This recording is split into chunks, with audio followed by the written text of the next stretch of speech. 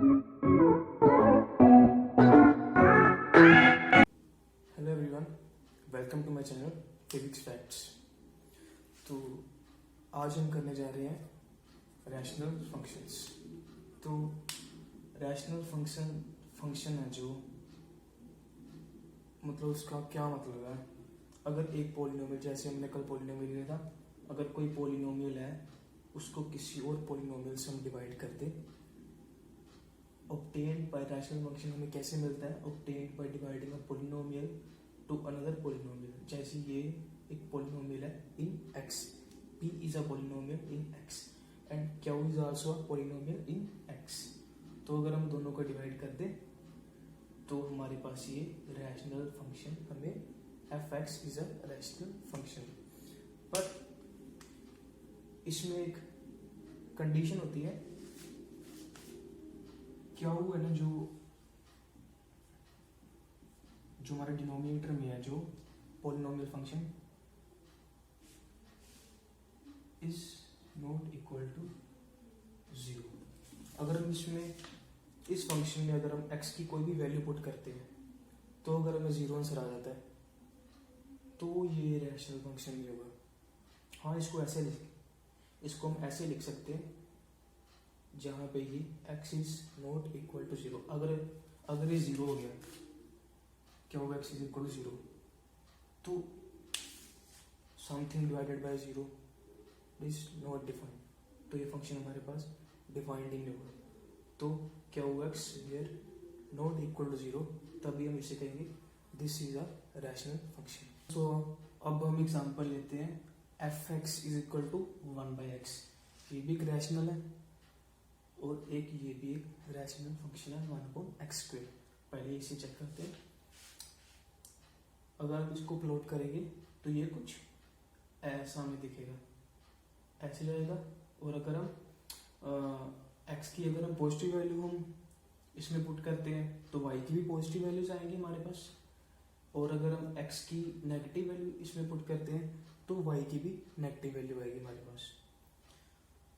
तो जैसे कि अब we can see this is symmetric about opposite quadrants. ये ऑपोजिट क्वाड्रेंट है तो this function is symmetric about opposite quadrants. तो and one more thing, this is an odd function. अगर माइनस की वैल्यू पुट करते हैं इसमें x की, तो y की भी हमें माइनस की ही आंसर हमें जो आता है। तो अगर हमें इसकी रेंज और डोमेन चेक करनी है तो we can see from here the range and domain is same. अगर हम x की हम कोई भी वैल्यू पुट कर सकते हैं, 0 पॉइंट कुछ समथिंग, कोई सी भी हम x की वैल्यू पुट कर सकते हैं, और नेगेटिव में भी या और पॉजिटिव में भी, और y की भी पॉजिटिव में भी और नेगेटिव में भी।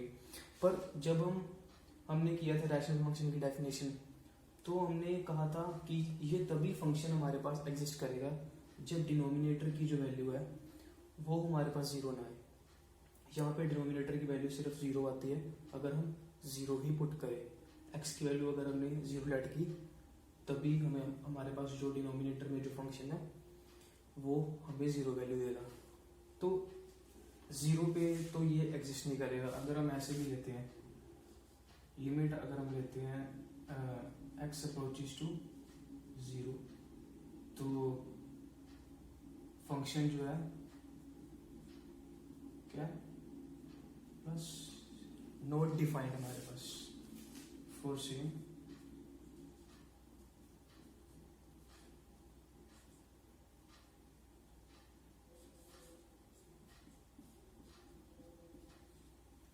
फंक्शन हमारे पास 0 पे ये डिफाइन ही नहीं है। तो इसकी हम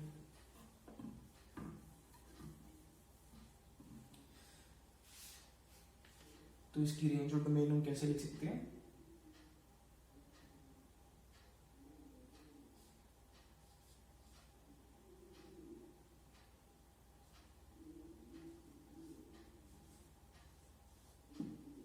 जीरो को एक्सक्लूड करके, बाकी सभी वैल्यूज हम इसमें पुट कर सकते हैं। ओड फंक्शन है और सिमेट्रिक अबाउट ऑपोजिट क्वाड्रेंट्स। तो रेंज और डोमेन तो इसकी दोनों यही है, सेम है। अब इसकी बात करते हैं 1/x²। तो हम देख सकते हैं कि अगर हम x की पॉजिटिव वैल्यू पुट करें चाहे नेगेटिव वैल्यू, हमारे पास y की पॉजिटिव ही आएगी क्योंकि यहाँ पर स्क्वायर है, ये इवन फंक्शन है। और देख सकते हैं कि जैसे ये था सिमेट्रिक अबाउट ऑपोजिट क्वाड्रेंट, तो ये है सिमेट्रिक अबाउट y एक्सिस। हम इसकी रिफ्लेक्शन देख सकते हैं y एक्सिस में। तो हाँ, इसकी अगर हमने डोमेन और रेंज हमने इसकी चेक करनी हो, डोमेन तो इसकी ये वाली सेम ही है, x की तो कोई भी वैल्यू आ सकती है, नेगेटिव वाली भी और पॉजिटिव वाली भी, ये सेम ही है। x डोमेन हमारे पास, सिर्फ इसमें जीरो नहीं पुट कर सकते, अगर जीरो पुट की तो फंक्शन हमारे पास डिफाइन नहीं है। अब इसमें रेंज का डिफरेंस हो रहा है y की वैल्यू में। y की वैल्यू हमारे पास सिर्फ पॉजिटिव ही आ रही है, नेगेटिव वैल्यू हमारे पास नहीं आ सकती क्योंकि ये इवन फंक्शन है। r पॉजिटिव तो जीरो एक्सक्लूडेड, जीरो इसमें इंक्लूड नहीं है। तो ये था odd function symmetric about opposite quadrants, domain and range इसकी सेम है। Even function symmetric about y axis, तो डोमेन इसकी x की ये वैल्यू पुट कर सकते हैं और y की ये वाली वैल्यू हमारे पास जो आंसर में आएगी। Now we let the function f(x) is equal to 1/x to n minus 1. This is a general form of odd function. Like if we put value 1, 2, 3, 4. So if we put value 1, then we get 1/x.